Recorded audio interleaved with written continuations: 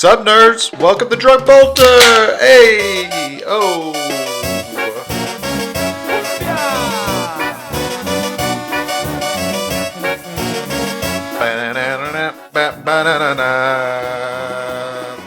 What's up, what's up, what's up? We're here today to do the Drunk Bolter podcast. Been a minute, we're gonna probably keep this a little bit more competitive because the competitive ones seem to be doing the best out of the podcast. Not that any of them are doing particularly good, but we got some people that are piping up like they like the Grey Knights tactical talk more so than they like us, meeting up and talking about what we think about the state of the game as a whole. So I'm here to review the last tournament I went to, Warzone Tucker 2025, which was a GT 5-game 2-day GT that took place last Saturday and Sunday, April 4th and 5th. And in the tournament, drum roll please. We did pretty good. We got a little trophy. Hey, look at that little trophy chug. Hey. But we did. We got a little trophy. We actually went 3-2 at this GT, and both of the losses were really, really close. We'll get into what happened in those coming up in the game-by-game breakdown. But essentially, first game, I won in a blowout. Second game, I was all the way on table 2 because I won by so much, and I only lost that game by 4 points. So if I win that game, who knows what happens this weekend? I would have been like up to table 1 and then playing like one of the best players in the world probably. But or best players in Georgia at least probably. But I did pretty good. That game was a 4-point loss on table 2, and then my third game I had only a 5-point loss against a guy that ended up going in 4th and ended up 4-1. So overall, very satisfied with how I did this tournament. I beat Meta Ultramarines twice in a row. Fuck that list. Fucking Marnius Calgar, suck a big one. But yeah, we got a little trophy, and now he is going to be the big brother to my smaller little trophy that I got last year when I went undefeated in a teams event. I was on the worst team, so I was playing the second worst team every time, but undefeated still. So boom and boom. And we went 3-2, and we ended up coming in 22nd out of 60 for a very, very respectable finish. And of course, we were best in faction. Out of the 2 Grey Knights players, I squeaked out a small win based on my opponent win percentage. We both actually went 3-2. And we'll get into that all in a little bit. Overall, it was my first, what was I talking about? Fucking first tournament at a brewery. I was very impressed with Tucker Brewing. The beer was actually really good. A lot of times, these smaller breweries in Georgia kind of just exist as a sports bar, but they actually had really solid beer and really good food. So it was a good time overall. Going on into talking about the list. So the list is a little bit different than my old tournament list, which albeit did not do good. I had, the good version that was like 30 purifiers and a land raider that did 2-1 in RTT. And then for no reason, I just scrapped that entirely and went into purgation and purifier mix, which has never been a meta. Like Purgies were good with Dread Knights, they're not good with purifiers. And now that that's gone, it's kind of freed me up actually. And I managed to get out of my purgation squad plus purifier meta illusion that I had in my mind and put together a good list. It was Caldor and 5 Termies. Earlier in the Warpbane era, I was like, fuck Termies, you don't need them. But what's best in Warpbane is 6-inch charges at a deep strike, and Caldor gives that already. So Caldor and his 5 Termies are still a really, really solid option, I feel like, in Warpbane, just because they get in there, they still punch heavy. I've been using them for a later game punch, like a turn 3, bottom of turn 3 or turn 4 punch to flip a final objective, because with my purifiers dropping all over the place, I really don't need them until later in the game. And that's actually been working out like super amazing because they get in there, and when there's only 1.5 turns maybe left for my opponent to try to kill them, they are resilient enough to last that long. They're a brick of 17 OC, and when they get the lethals on the charge and they can full reroll because I'm dominating that mid-board position, they're fishing for lethals. Caldor is hitting on 2s, fishing for lethals, really tearing apart tanks, tearing apart Gladiator Lancers, tearing apart Vindicators, beating the shit out of Reboot Gilliman. So they do a lot of good stuff in this attachment for sure, even though they're locked out. I've used some of the stratagems, them giving themselves the +3 to charge out of Deep Strike or Teleportation Assault, combined with just giving them the rerolls when they can fish for lethals has been very solid. And I'm interested to mix in potentially more Terminators. I've seen some Terminator heavy Warpbane lists. I'm still not sure about it because I feel like Caldor's utility with the +3 charge kind of helps make up for the things that they lose by playing them Warpbane instead of in Teleport Strike Force, which is probably more of a better attachment for Terminator spam as a whole. But I am definitely confident that Caldor and 5 Termies is great and has given me great returns. Moving on then, we got Crow and 10 Purifiers with side cannons. Earlier I was running the Incinerators. now I'm running the Psycans. There are a few times throughout this tournament where I was like, okay, those Incinerators in Overwatch would be really nice here. But honestly, even with the Psycans, it's still a solid Overwatch unit. I think I overwatched a squad of Custodian Guard, and I killed like 3 of them in Overwatch with this squad with the Psycannon. So, the Flamers come and go. The Psycannons are 1,000% better in your shooting phase, and then maybe as good as the Flamers sometimes in Overwatch. Although, with the Flamers, you might roll, 4 threes, and you only get 12 shots with the Flamers in Overwatch anyway. So you do miss out the Overwatch double tap, but I think just because, if you're like dropping in a way that Overwatch is going to be required, you're probably kind of doing a risky maneuver anyway. Having the side cannons to take out the multi-wound bodies and also wound T4 on 2s, I found to be, they delete sturdier units with a lot more consistency than with the Incinerators, just on their one shooting activation with Sanctified Killzone. And again, if you do need to Overwatch, it's still a solid Overwatch. It's still probably worth the 1 CP. So they're there. The 10 melee purifiers are there. I am bringing 5 melee purifiers now to set up the first, Hallowed Beacon for a 10. So drop 5, drop 10. Hopefully pull one out, use that for the 10 on the other side. But also, I've just been using the 10 melee purifiers as a counter charge on my natural expansion objective, because what I've been putting out there, we'll talk about at the bottom, a Culexus Assassin. We'll talk about that in a second. But I had, 1x5 strikes, 1x5 interceptors. It's nice having interceptors. They shoot and scoot. They get all over the board. I used them critically in one game here in game of 5 to deny a 5-point primary, where he just put like the Gravis camp that had the Artificer armor on something and was like, yeah, kill it. I was like, I don't need to kill it. Here's 5 OC on it. Kill that. So they're nice. They're nice to do secondaries and deny shenanigans. They can drop. They can scoot 6 inches onto your opponent's home objective and potentially deny if they got a low OC model back there. I think they're Gucci just by screening you out. 2 and 9, like, no, I can drop 9 and then scoot 6 and then still be on that objective. 2 Grandmaster Nemesis Dread Knights, 1 normal Nemesis Dread Knight. Now, 3 out of the 5 games in this tournament were layout 1, so the normal Nemesis Dread Knight is perfect at breaching the home L to threaten the center objective with his advance and charge. So he's in there. I'll point that out on the map when we start looking at games, but he's pretty much perfect on layout 1 for that use case. And I have liked having the utility. There are times in this tournament where I wished I had 2 NDKs, 1 GM NDK, but I'm just not quite ready to pull that plug and only have 1 GM NDK, because if you do that and then you're running against, Knights or something, after you lose the first one, you're cooked. Whereas with this, I would have 2 chances to kill a big target. So I think 2 and 1 is good. I might go to 2 and 2. We'll see what happens. I do have a 4th Dread Knight. We could go to 2 GMs, 2 normal NDKs. I'm not sure what I would pull out at that point. I mean, the obvious choice would be pull out the Interceptors and the Culexus Assassin combined. So that's something we might try. We'll play around with that. And then the Culexus Assassin, which they've dropped to 85 points as the last day slate. He's been fucking amazing, guys. He didn't die once in the tournament. There was a few times he got close, but finally survived, which we'll talk about. And he probably averaged, scoring between 15 and 20 points a game. We'll calculate each game how many points the Culexus Assassin scored, and we'll get his true average at the end. And with that, let's go ahead and get into game 1. So game 1, I was playing against Guard Siege Regiment. Now, the dude I was playing, super cool little guy. He wanted to play his thematic Krieg Regiment with his artillery. As you've seen, if you've seen the Battle Pro on the channel, I think Siege Regiment kind of blows. Recon Element is a much better infantry spam detachment, and also the fucking artillery just always still sucks. So there's not really much point of taking Siege Regiment except for being the second best infantry spam detachment, which is already not the best way to play Guard in my opinion. So I think this detachment kind of just has holes and tons of problems. The weight of the 2 stratagems, Furious Fusillade, and the one that fucking does the full rerolls, I forget, Flare Burst, this does not make up for having an army roll that doesn't do anything after turn 2, and everything else just being dog shit and not buffing you as much as the other Guard detachments do. But we were playing Siege Regiment, we were playing the Ritual, Stalwarts, Hammer Anvil, Mission G. So you can see on this layout, we were far apart, and then everything was gone except for our home objectives and the one in the center.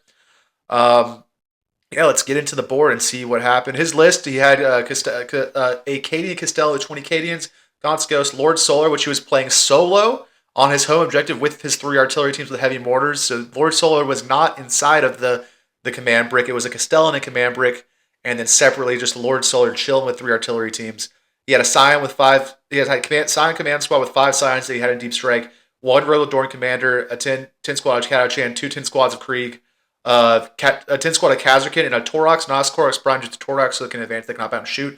1 squad of Krieg engineers, a Krieg heavy weapons team with flamers, and Lehman Russ Exterminator. Now, I read that in my head as Land Raider, so I'm like, what the fuck is that? Lehman Russ Exterminator. And yeah, like I said, this one was a big win. I jumped out early. I set up an objective probably here with the Culexus assassin, dared him to come at me. This is the sign of the Culexus assassin greatness to come. So turn one, I set up. I have containment. No. Turn one, he's going first. He has containment. He pops out. He contains the two things. This turn one, great. He does not get extend battle lines until turn two. He must have another secondary, and I dished it but didn't write it down. I don't remember what it was. And then I ended up having assassination and recover assets. So I pop out. No, you know what? I set up the ritual in my bottom zone right here, like you do. And then he had set up his ritual like over here, I think, behind this corner. So turn one, I actually drop my crow purifiers here, and with setting up all the 5-man, and then I shoot one unit fully to death that he has. I shoot like Krieg engineers or something fully to death, and then charge one of his 10-man of Krieg that were on this objective, or I charge his Catachans and his Krieg. I kill like 30 guardsmen in the turn and flip the objective essentially by Hallow Beacon, shoot two things, charge the other, and that ends up with him getting in his turn two, 0 primary because I've flipped that objective from him. And I've also built my objective down here, so he's got to worry about taking that and that if he wants to take me off primary at that point. I then recover assets in my home with something that's staged up here, probably melee purifiers, and also with my assassin right here. Now, so my assassin is up here, kind of like behind this ruinish, just outside of my zone, recovering assets. Now, it wasn't a good play because he has stuff. His Torox is like right here, staged behind this footprint, and that's what he does. He brings the Torox, he moves the Torox, or he advances the Torox or whatever, and he brings it all the way out here because he draws, not only to stop my recover assets, he also draws Assassination in turn two, and he draws Engage on all fronts, which I guess he doesn't get. So, or no, Engage on all fronts was turn one. I don't know why that ended up down here. So turn one, he doesn't get Engage on fronts, he ditches it, he does get Containment, and then he has Extend and Assassinate. So he just sends his battle lines by taking back this objective from me. He pulls out his Lehman Russ, Rollerdorn Tank Commander or whatever. He blows Crow's unit to sky high. That's okay. They've done their flip. They've done their job. And they've killed a lot, honestly. So that's gone. He takes that objective back. He does not actually build an objective, I don't think. Or he does build an objective. He builds an objective right here on his home mirroring mine. All right, so he built one up here. He's flipped that back. I have this one down here. Now this Torox thing, right? He's got Assassinate. He brings the Torox all the way over here. He attempts to shoot. He gets Kazarkin out. The Kazarkin grenades the assassin for a mortal wound. Only one more wound on grenades. Two more wounds on grenades. The Kazarkin's Melta Mine goes off into the Culexus assassin. It only does one more wound though. So I'm down to a 1 wound Culexus assassin that has to eat an entire shooting squad of Kazarkin shooting at me. He elects the order that he gives them when they hop out is take cover in preparation of my 10 brick of melee purifiers right here coming out and shooting them to death next turn. He should have given them take aim because the Culexus assassin has stealth, which means he's hitting on 3s down to 4s. He does not. He shoots at them on 4s.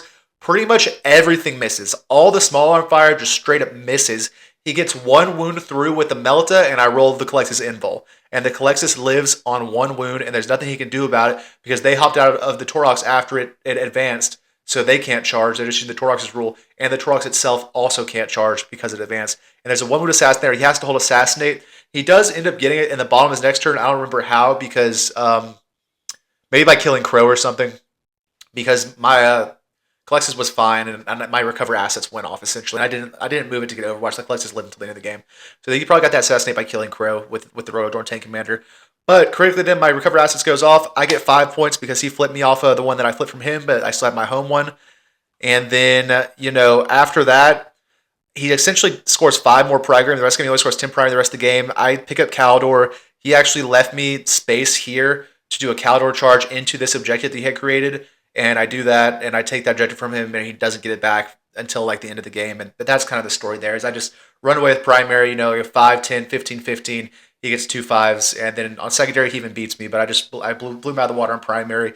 He also forgot to set up a ritual objective at one point, so he only ended up setting up these 2 the entire game, I think, and I just kept him off of this one. I gave up this one. That Rotor Tank Commander was on. I was like, okay, you keep your Rotor Tank Commander over there. You can sit on that. I don't care. And then I just kind of hold this one down here, one that I build up here after killing this Taurox and everything with the 10 purifiers that are coming out, and the one that Calder comes onto, I hold for most of the game as well. And then I'm also just continuously building, so if he punches me off that, I built another one anyway. And that is the first game, 83-53, a good victory for the Grey Knights against the Siege Regiment Astra Militarum. Going into Custodes game 2, he was doing it was Scorched Earth, Inspired Legion Crucible Battle Mission P. You see the deployment was the triangle blues, and then Scorched Earth, is where we can burn. I don't know if anyone got a burn off. I don't think we did, but his list was interesting. It's not your typical Lions list. It was like a Horde Custodes list, right? So he had not 1x5. He had 5x5 Custodian guards, max Custodian guards, 5 squads of guards, I should say, one squad of Wardens, 3x3 prosecutors, 2x3 Venatari, and then his only character in his warlord was Watch Captain Artemis. I think Artemis either just chilled at home or didn't even come in the battle from strategic reserves all game. I don't even remember seeing him out there. That's why this list was legal, because there's no Custodian characters. There's just Artemis and then a horde of Custodians, wave after wave of Custodians guards. And so it ended up a 4-point loss, 61-57. If we look at the scores, I lost by 5 points on primary. He scored 5-5, 10-10. I scored 10-5, 5-5. And then on secondary, I only won by 1 point. So, there's a lot I could say about this game. Essentially, every time his Custodians touched a Dread Knight in melee, they spiked their sustains and lethals or whatever, and they fucking deleted it. No Dread Knight survived a round of Custodian combat, which hasn't happened to me in a while. With the +1 to wound, it makes sense in Lions, but in other detachments, a Dread Knight might survive a squad of 5 Custodians attacking them. And this one, it's a lot less likely. I did do a lot of damage. Like I said, I did the crow drop to do flippies. That's how I ended up with this 10, and he had a 5. I did a flip on this one over here with the crow drop that shot to death the full squad that was on it, that was off of it or whatever, or shot to death the full squad of Wardens that was hidden up in here. And then the Custodians I wanted to charge, I actually ran out of CP, and I missed my 6-inch charge here. So he ended up getting his Custodians down and flying Venatari over to nuke the shit out of Crow's unit and the 5-man purifier that set that up. And that honestly might be where I lost the game, just missing that 6-inch charge. I can't remember where else the CP went, but I didn't have the CP for it. I spent it on dropping in. I spent it on rerolling wounds and shooting, which I probably needed to kill all the Wardens. So that's the game. Sometimes you miss the 6-inch charge, and if you were a fool and you didn't keep the CP to re-roll for it, that can do it for you. And that ended up him sweeping this side of the board, and I never ended up coming back over here to get this objective back. Another mistake. I don't know if it was a mistake, because it was always just punches and counter punches, but I was never able to fully lock down this top objective. I scored it in 10 points on this first turn with the Culexus. So let's go back to the first game. In the first game, the Culexus scored me 5 points. Recover assets, 3 points, and probably this containment here for 3 more points. So let's say the Culexus scored me 12 points in game 1.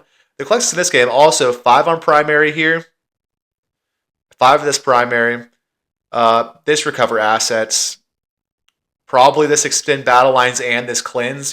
So he's scoring over 10. I'm not gonna keep going with this, but he's scoring maybe 10. So he scored 10 points the first game. He scored 20 points this game. So let's say an average 15 points so far. But yeah, essentially, after this 10 with the Culexus, I'm playing the game of push you off every objective, which works until turn 4 where he does get his 10. And then in turn 5, it really, at the end, I have that 6-inch mischarge in turn 2.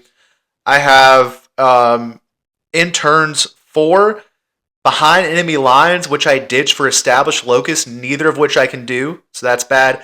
And then in turn 5, I have 1 unit alive. I get area denial. I have a strike squad, right? That's it. So I have my home that's sticky, and I have a strike squad that I have a Cumbia Downy. I get area denial, and I get marked for death, and I get containment, and I ditch area denial. I get marked for death, can't kill anything. Get containment, 3 points. That's it. I lose by 4 points. Now, if I had managed to do one critical thing, I would have had 5 more points on primary and actually won this game. And that was if Caldor Drago in this top corner had managed to survive a squad of, I think it was 3 custodians that, or 5, it was a full 5 custodians attacking him. I had 2 CP to interrupt. He fights somewhere else first to a Dreadnought or something that he kills. I interrupt with Caldor. He's got his 6 attacks.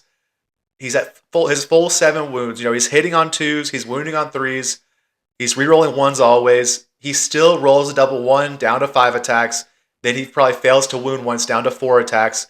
And then, he makes pretty much all 4 invuls. And I don't think I killed a single custodian in that combat. And they murdered him back. And that really secured the victory at the end. But overall, this one could have gone anyway. Again, a 4-point game. Who knows? If I get better secondaries here in turn 5 or in turn 4, or if I make that 6-inch charge and then kill most of that custodian squad before they can come take Crow off that objective, it probably goes differently. And that's game. That's the game. It's a dice game. Moving on to game 3, T'au Kayoun. And now, so I usually have not been afraid of Kayoun, but this dude, Kin, he really fucking blew up this tournament. He ended up going 4-1 with the T'au Kayoun list. He played it perfectly in our game. It sounds like he was playing it perfectly the whole tournament long. So this one was Linchpin, Fog of War, and Tipping Point. You got hold your home to make everything else worth more, and then Fog of War, no core strats in the first battle round. I think it's covered. So I was talking about the L with the Dreadnought. This is what I'm talking about here. Right here in your home zone, this to here, from just inside, not on these runes, to here is like 12 inches. So if you roll, or it's probably maybe like 10 inches. So if you roll like a 2 or 3 inch advance of the Dreadnought, you can tap this, and then that Dreadnought can also then charge whatever your opponent puts on it. So staging just a normal Dreadnought right here until your opponent puts something significant on the midboard is a good move on layout 1. So his list was Shadow Sun, Breachers, 1 Ghost Kill, a Hammerhead with Railgun, Crew Carnivores, Crew Dox Riders, a Pathfinder team, 2 Piranhas, 2 Riptides, 2 Sky Rays, 3 units of Stealth Suits, and a Vespid squad. So not a lot of redundancy outside of the Riptides here. He does have 2 Sky Rays and 2 Piranhas. That's kind of more like, the 2 Piranhas kind of like redundant trash, and then I guess the Riptides and the Sky Ray gunships are his redundant killers right there. And of course the Vespids for uppy downies. This one again, a 5-point loss. If you look, we tied on the primary, 32 each. We always held 1 home and 1 away. And he ended up just drawing better secondary cards than me that he could do. I mean, the first 2 turns were kind of even on the secondaries. Then first 3 turns were even on the secondaries, but then he got a 4. I only got a 2, and then he got 2 5s, and I only got 1 5, and that was it at the end of the day. And this defense stronghold down here, I did ditch this, and then I guess the last one was something else I couldn't do either. Because if I had kept that defense stronghold and scored it, I would have had 70, and still lost 70-72. So I ditched it looking for a 5-point secondary that I could do to then tie up the game essentially, but it didn't happen for me. And critically, he set up the best front screen I've ever seen on this objective down here. This objective was just a shooting gallery all game. Riptide here, Riptide or Hammerhead here, Riptide here, step out. Anything I put on the middle will just get nuked immediately the next turn and not give me any points. So I never put anything on the middle. No one really put anything on the middle until late game when we were doing some counter charges and stuff. But he stopped me from being able to get to this objective with anything because he had a ghost kill in front. He advanced a Piranha up to here, and then it was Piranha, ghost kill, something else over here, tip-tap-toeing it. And then 9 inches out all over the place, the only thing I could have done was at one point I could have dropped Caldor here and charged the ghost kill. I didn't feel like popping Caldor that early for this. Maybe I should have, and it would have put him on the back foot more if it had gone off. But Caldor in the Terminators would kind of struggle to kill even a ghost kill with its damage blanks and all that. So after I was thinking about that and decided not to do it, he obviously closed that gap, and he had a full screen where I could not charge on this objective because of the stuff in front of it and behind it the entire game. So that's why he ended up scoring his 8 all game. Where in every other game, you'll see that I shut down my opponent's primary, at least in turn 2 or 3, if not both. So it was great job to Kin. Excellently played game. And yeah, T'au won this one 72-67. But again, this one came down to secondary cards. When it comes down to secondary cards, it's I guess my list is not OP, but I'm coming down to secondary cards against good opponents that are finishing 4th in the tournament. I feel like the list isn't the problem. I feel like it's just kind of up to the dice, up to the cards at that point. And then we played Gladius twice. That was day 1. I was 1-3, but again, I was one of the higher ranked 1-3 players because of my small losses and my good opponent win percentage. Going into day 2, Purge the Foe Ultras. Essentially, I went second. When you go second on Purge, everything you have to do. the story of this game was I got kill more every turn, and the last turn I got hold most and kill the most. And then the secondaries, he even led on second by 5 points, but I just dominated the primary. Going second in Purge the Foe as Grey Knights is probably some of the best shit you can get as far as a favorable matchup to you. Just because you can uppy downy and then you know what you have to kill to win the game, like how many units you have to kill. A big MVP of this one actually is my White Dread Knight. I don't know where he's at, but he survived up here on 1 wound and then made like 8 ranged invuls, and there was nothing that could charge him in a row on 1 wound. And that turned off, look at his secondaries, that turned off Overwhelming Force for a turn because he didn't get till next turn. And that also, I was on that with other things, but it just shortened my position there and got another turn out of him shooting, which was awesome. And then at one point, he had yeeted kind of Reboot in my face, and I was able to shoot Reboot to dead with 2 Dread Knights. And then also had Caldor right here, and then charge Caldor into Reboot and kill him twice in 1 turn. And so after that, I essentially killed his entire army except for Marnius and the Marnius brick, which kind of floated around the center, and I just kind of didn't play with it that much. I shot at it and fought into it 1 time, but then I ran away from it afterwards before any of my units could get wiped. So, is what it is. And that was a big win, 87-74. Setting up my last game of the tournament, Scorched Earth, which actually in a tipping point. Again, with Scorched Earth, there's no scorching going on here. We're not really scorching that much. And I don't think this one was Scorched Earth. I think this one was actually taking hold. So this is old. I don't know what this is. This is not correct, but it was tipping. It was taking hold, and this was the terrain. So whatever happened with this, I don't know. It's taken hold, and this terrain is correct. Again, this was another Ultramarine list. This one's a little bit different. So the first Ultramarine list, let's read through it. Marius and Company Heroes, Gorilla Man, whatever. 5 Intercessors, 2 Ballistas, 6 Inceptors with Bolters, 2 Invader ATVs, 1x3 Outriders, 1x5 Scouts, and 2 Vindicators. And then this one, Captain Gravis Armor with Artificer Armor, Lieutenant with Combi Weapon with Armor of Vehement, Marnius Calgar with Company Heroes again, Gilliman again. He had 2 units of minimum size jump pack Intercessors, 2 Ballistic Dreadnoughts again, a Gladiator Reaper, Infiltrator Squad, Scout Squad, 2 Vindicators. I do think this list was better than the first list, and I think it kind of lines up more with the meta list you see going around too. But both of them were Gladius, Marnius, Company Heroes, Golemin, and 2 Vindicators kind of as the core, and 2 Ballistas as each, honestly, too. This one, a tight win this time, 73-67.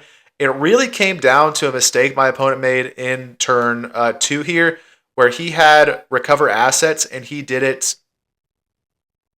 Yeah, this map is not right at all, but he did it kind of like in a way that I was able to get to him, and it ended up being that there was like a terrain piece here and an objective that I had set up the board that the terrain piece the objective did not overlap into the spot behind the terrain piece, and it was supposed to. But we had done that on both sides, and I did, of course, say, I set this up, but it's the last game of the day. Check it. Feel free to check it and correct it. But at any rate, he was doing his action recover assets with his lone op in a way that I was able to get a 6-inch drop and shoot and kill him. And even if he had hit it better, I still would 6-inch drop and charged him, which would put me in a worse position to get shot next turn. But it's not guaranteed that would have swung the game back, because that flipped him off an objective, and it made him have recover assets as a dead card into round 2. And yeah, the primary score 5-5-5-5, and then I outpace him 10-5 and 15-15 for both at the end. Critically, in the bottom right objective, Reboot Gilliman on his second life charged into 8 purifiers and only managed to kill 6 of them. I spiked the saves a little bit on looking for 5-up saves. So I have I charged 9 purifiers, killed 6. I have 3 left, and I still have a CP for Sanctified Kill Zone, and 3 purifiers killed the 6-wound second life Reboot Gilliman in 1 activation of the fight phase.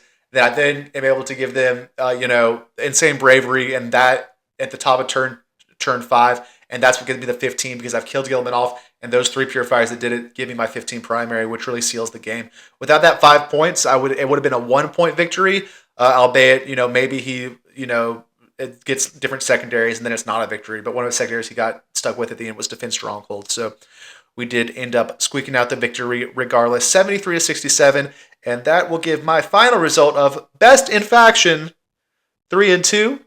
And of course, we came out 21st out of 60, which is above the halfway point. I'm pretty happy with that, and I am going to keep this list. I think I'm going to keep this list for at least one more tournament.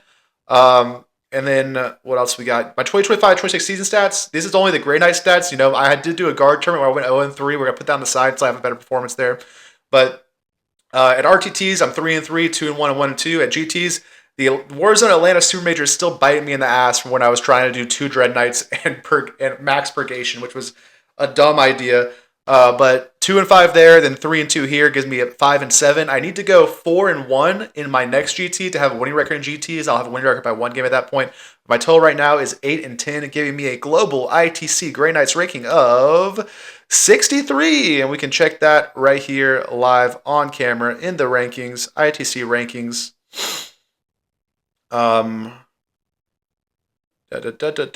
Full system. Grey Knights. And I'm looking for my name, Justicar Lager, of course.